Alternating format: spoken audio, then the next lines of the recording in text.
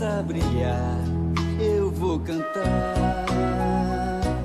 Estamos no ar através da TVC BH, a TV comunitária de Belo Horizonte, pelo programa Palavra Ética e também via internet para refletir com você hoje sobre as seguintes questões: votar na democracia ou na tirania? Votar em projeto de vida ou em projeto de morte? Dia 30 de outubro próximo, 2022, será um dia histórico para o povo brasileiro. Segundo turno das eleições, o povo deverá escolher entre restabelecer a democracia ou autorizar pelo voto o fortalecimento de um regime fascista, ditatorial e tirânico que, na prática, já está sendo implantado. A escolha é entre governo de humanidade ou da crueldade. Que nestes dias, como em todos os dias, reine em nós saúde, paz e alegria interior, amor ao próximo, coragem de lutar pelo bem comum, utopia no olhar e esperança no coração. Felizes os que constroem a paz, porque serão chamados filhos de Deus. Brada o Evangelho de Mateus na Bíblia. Portanto, não podemos votar em quem está disseminando a violência, o ódio e a intolerância, em quem diz abstratamente pátria amada, mas com mais de 30 decretos flexibiliza o acesso a armas e munições e assim está disseminando o armamentismo no meio do povo e, pior, armando pessoas violentas. Jesus exortou-nos: amai-vos uns aos outros e jamais armai-vos. Bispos da Igreja Católica denunciam em nota pública de 24 de outubro agora, dizendo o seguinte: os discursos e as medidas do atual presidente que visam armar todas as pessoas e eliminar os opositores estão em contradição tanto com o quinto mandamento, que diz não matarás, quanto com a doutrina social da Igreja, que propõe o desarmamento e diz que o enorme aumento das armas representa uma ameaça grave para a estabilidade e a paz. Nosso Mestre Jesus foi torturado pelos podres poderes da religião, da política e da economia, endeusada do Império Romano escravocrata. É uma contradição gravíssima uma pessoa cristã votar em quem tem como ídolo um torturador sanguinário. Já está por demais comprovado que quanto mais armas na sociedade, maior a violência e o número de mortos. Logo, pela paz, votar em Lula é a melhor opção. Bispos católicos apontam em nota pública de 24 de outubro último várias contradições e hipocrisia do atual antepresidente. Dizem eles: enquanto dizia Deus acima de tudo, o presidente ofendia as mulheres, debochava de pessoas que morriam asfixiadas, além de não demonstrar compaixão alguma com as quase 700 mil vidas perdidas para a Covid-19 e com os 33 milhões de pessoas famintas em nosso país. Lembramos que o Brasil havia saído do mapa da fome em 2014 por acerto dos programas sociais de governos anteriores. Na prática, este apelo a Deus é mentiroso, pois não cumpre o que Jesus apresentou como o maior dos mandamentos: amar a Deus sobre todas as coisas e ao próximo como a si mesmo. Quem diz que ama a Deus, mas odeia seu irmão, é mentiroso. Como votar em um candidato cujos apoiadores e correligionários fazem de forma criminosa assédio eleitoral? Fazendeiros e ou empresários pressionando seus trabalhadores com ameaças de que, se não votarem no inominável, serão demitidos. Cadê o respeito à dignidade humana? São escravocratas os fazendeiros, os empresários, os padres, os pastores ou quem quer que seja, que criminosamente pressionam trabalhadores para votarem no candidato que governa para auferir acumulação de capital para si mesmo ou para sua empresa, pois se acham no direito de não respeitar a liberdade da pessoa humana e pensam que podem encabrestar as pessoas para atenderem à sua ganância e arrogância capitalista diabólica. Que beleza que o voto é secreto e em urna eletrônica comprovadamente segura. Denuncie os assédios eleitorais, pois são crimes.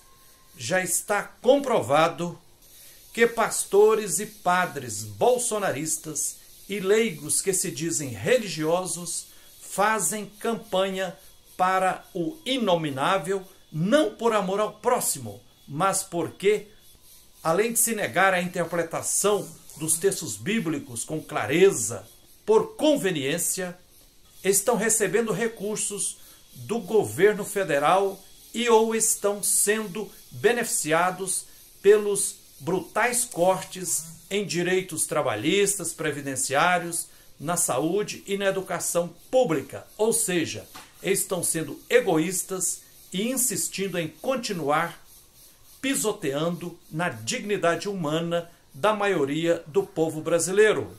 São destruidores das famílias que precisam ser consideradas e respeitadas em todas as suas possibilidades de composição e na diversidade existente. A história da humanidade mostra que muitas vezes o povo cegado, em atitude suicida, elegeu seus próprios algozes. Isto aconteceu quando o povo manipulado por quem usava em vão o nome de Deus, arvorando-se como defensores de Deus, pátria, família e propriedade, elegeu Benito Mussolini, Adolfo Hitler e o general Franco, que se tornaram nazifascistas sanguinários. A história demonstra também que um gato fictício pode levar os ratos a caírem em ratoeira. A rede diabólica de fake news está hipnotizando muita gente. Já está por demais comprovado que o inominável mente de forma contumaz. Ele só sabe dizer mentiras, até para criar cortina de fumaça para que o povo não discuta o fracasso do seu desgoverno nas áreas de meio ambiente, da saúde, da educação e da economia. Em nota pública, bispos católicos profetizam ainda dizendo o seguinte: vivemos 4 anos sob o reinado da mentira, do sigilo e das informações falsas. As fake news, notícias falsas veiculadas como se fossem verdades, se tornaram a forma oficial de comunicação do governo com o povo.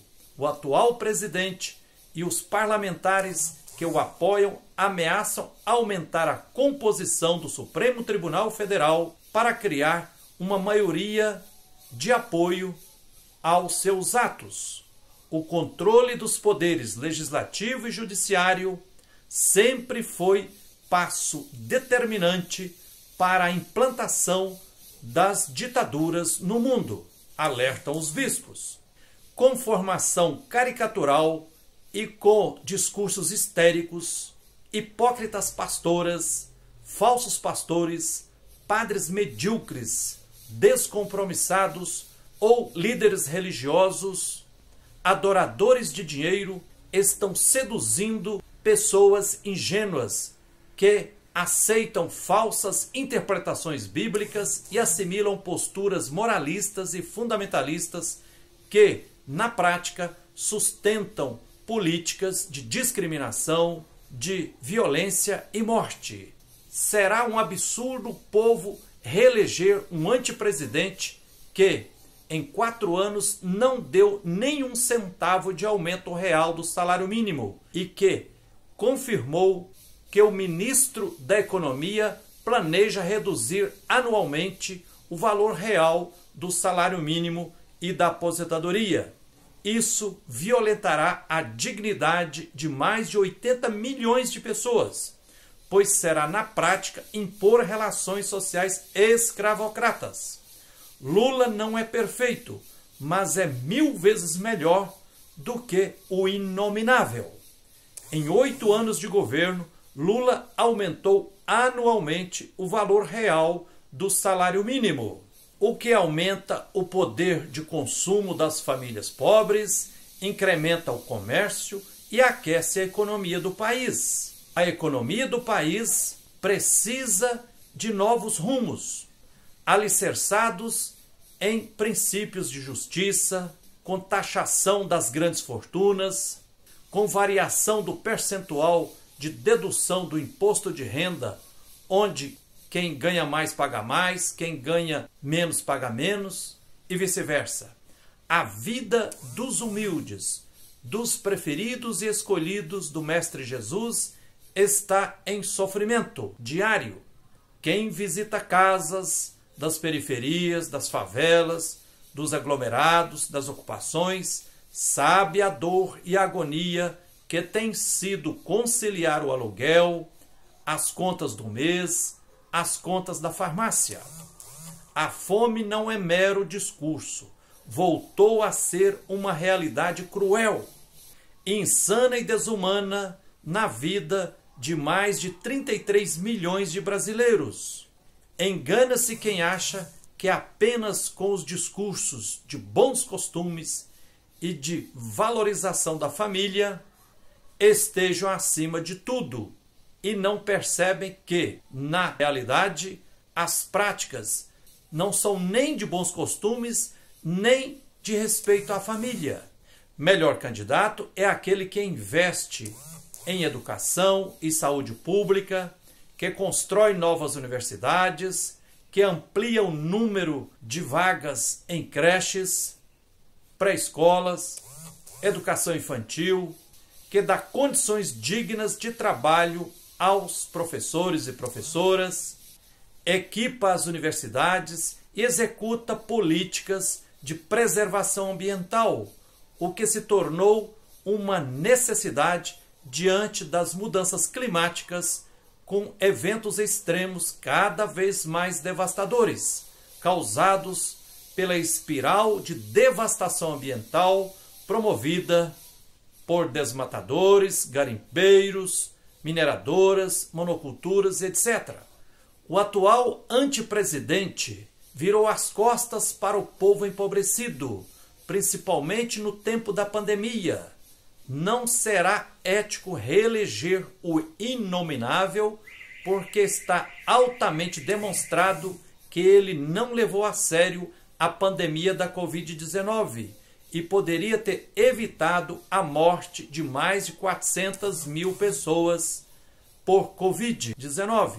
No Brasil, morreu 4 vezes mais gente de pandemia do que a média mundial, porque o inominável foi negacionista, atrasou vários meses a compra de vacina, disse que era gripezinha, desdenhou e zombou de quem estava morrendo asfixiado pela falta de oxigênio, demitiu o ministro da Saúde, Luiz Henrique Mandetta, que demonstrava ter compromisso com o que os cientistas estavam propondo para enfrentar a pandemia, o inominável impôs no Ministério da Saúde um general que não entendia nem de logística e era totalmente ignorante com relação à missão de um ministro da Saúde. Bispos católicos, em nota, alertam ainda dizendo o seguinte: basta analisar com dados e números e perguntar qual dos candidatos concorrentes valorizou mais a saúde, a educação e a superação da pobreza e da miséria, e qual retirou verbas do SUS, da educação e acabou com os programas sociais. Quem cuidou da natureza, principalmente da Amazônia, e quem incentivou a queima das florestas, o tráfico ilegal de madeiras e o garimpo em terras indígenas? Enfim, temos 1000 motivos para eleger Lula como presidente do Brasil, dia 31 de outubro agora, de 2022, pois ele governará beneficiando o povo e freará os interesses egoístas de empresários irresponsáveis socialmente e ambientalmente. Que o Deus da vida, invocado sob tantos nomes, nos inspire e nos ilumine neste momento dramático em que vivemos. Que a verdade, o amor e a esperança prevaleçam. Que a maioria do povo vote na democracia, na vida, no amor, na paz, para desarmar o país e impedir a brutalidade que nos ronda. É Lula lá. O outro é caminho para a superexploração, para a ampliação da fome, da miséria e da violência no meio do povo. É isso aí, que a luz e a força divina nos inspirem sempre na luta por direitos e por tudo o que é justo. Um abraço terno de Frei Gilvander Moreira e até o próximo Palavra Ética. Vai ser tão bonito se ouvir a canção cantada de novo. No olhar da gente a certeza de irmão, reinado do povo. Vai ser tão bonito se ouvir a canção cantada de novo. No olhar da gente a certeza de irmão.